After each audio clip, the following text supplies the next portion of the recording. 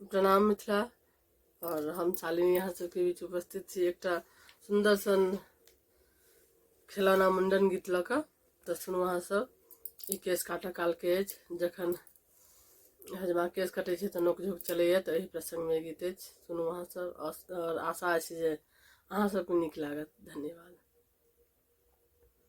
हजमा केस न कटै छै तू तऽ खेल करै छै।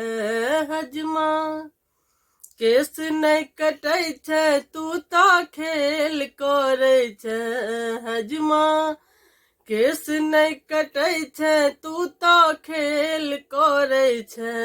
तू तऽ बउआ के मौसी सँ मेल करै छै।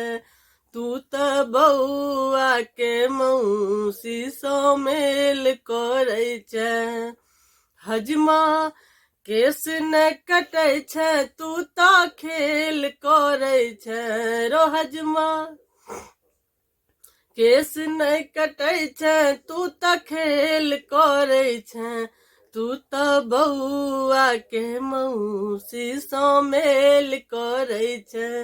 तू तऽ बउआ के मौसी सँ मेल करै छै।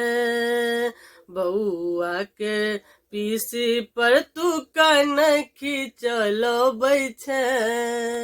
बउआ के पीसी पर तू कनखी चलबै छै। देखै छथुन पीसा हजमा कनिको नहि लजाबै छै।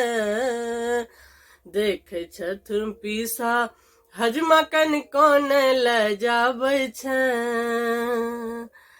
कैंची नहीं चलाबै छै तू देर करै छै। रो हजमा कैंची नहीं चलाबै छै तू देर करै छै। रो हजमा कैंची नहीं चलाबै छै तू देर करै छै। तू तऽ बउआ के मौसी सँ मेल करै छै।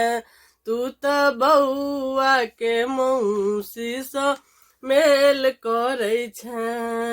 हजमा केस नहीं कटै छै तू तऽ खेल करै छै। रो हजमा केस नहीं कटै छै